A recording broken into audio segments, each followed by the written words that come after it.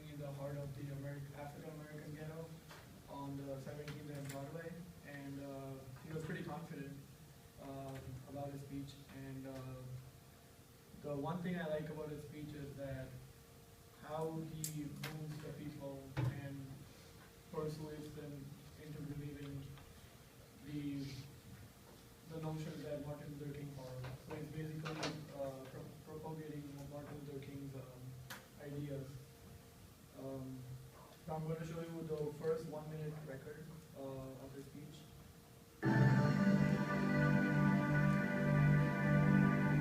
I have some very sad news for all of you, and I think sad news for all of our fellow citizens and people who love peace all over the world.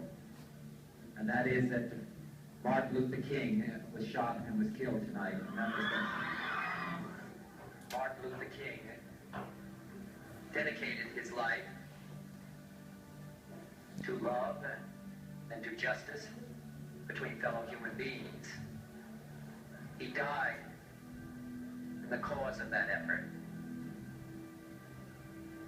In this difficult day, in this difficult time for the United States, it's perhaps well to ask what kind of a nation we are and what direction we want to move in.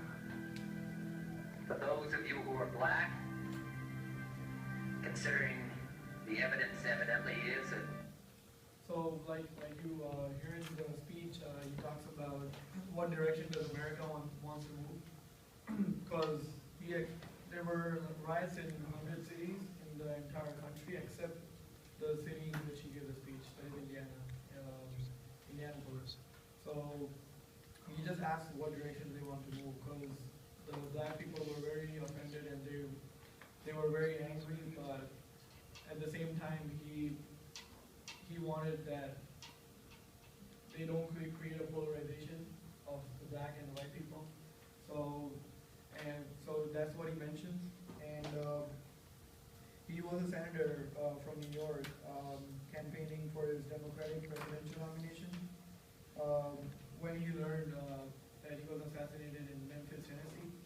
So the story is that he gave a speech in the University of Notre Dame and the University of South Bend, and he was coming from his flight, and as soon as he heard the news, the reporter noted that what he said was America is going to be in a very bad stage after his death, and he was pretty shocked after hearing that.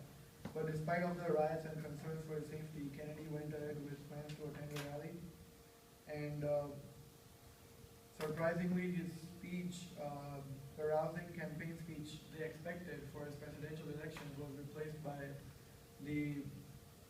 one of the great public addresses of the modern era.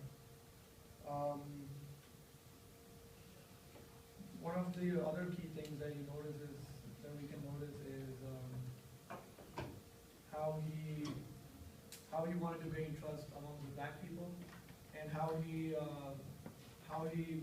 talked about John F. Kennedy's death in his speech, which was the best part about the speech, personally. black and are tempted to be filled with hatred and mistrust of the injustice of such an act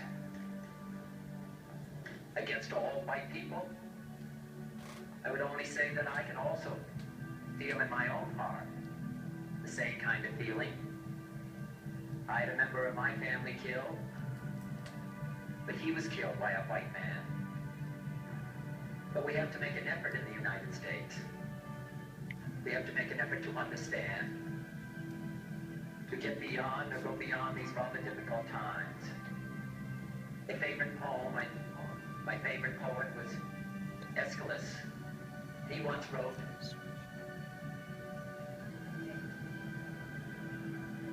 "Even in our sleep, pain which cannot forget falls drop by drop upon the heart, until in our own despair, against our will, comes wisdom through the awful grace of God." What we need in the United States is not division. What we need in the United States is not hatred.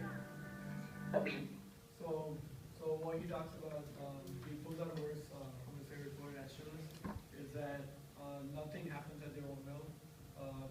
No one wanted Martin Luther King to die, but things happen out of their own will, but you have to move on. And what he needs in the United States is not killing and riots, but he wants peace, but he cannot promise that there won't be any violence or lawlessness. There's always going to be lawlessness, there's always going to be violence, but for that moment, he wanted to address that at this moment in the year 1968. It was very important to follow the ideas of Martin Luther King and establish peace between the white man and the black man. There's one of the key things that is not noticed in the speech is that when he was Attorney General, he ordered the U.S. Marshals to protect James Meredith. He was the first African-American student to study at the University of Mississippi. And he also, that was one of the key things, that he was a keen peace lover, and he wanted unity between the black Americans and the white Americans. And surprisingly, he was killed 2 months later on June 5th in California when he was giving his presidential election speech by this guy called Sirhan Sirhan. And he's still alive right now. He's currently incarcerated in the Pleasant Valley State Prison because the California courts outlawed his death penalty. But not only RFK, but the entire Kennedy family, they were involved in politics, and it was in their blood. And he was very, RF Kennedy felt that he was responsible for JFK's death, and he was responsible behind his conspiracy, which he was very sad about. And just to exculpate from his guilt, he went on to climb Mount Kennedy in Canada, and he was the first person to climb the mountain. It was a mountain that no one climbed, and Mount Kennedy was named after JFK's after he was assassinated. So just to get exculpated out of the guilt that he was responsible for his brother's death, he went on and climbed the mountain. So that proves that he's a very responsible candidate, and that is why I consider his life is very exemplary.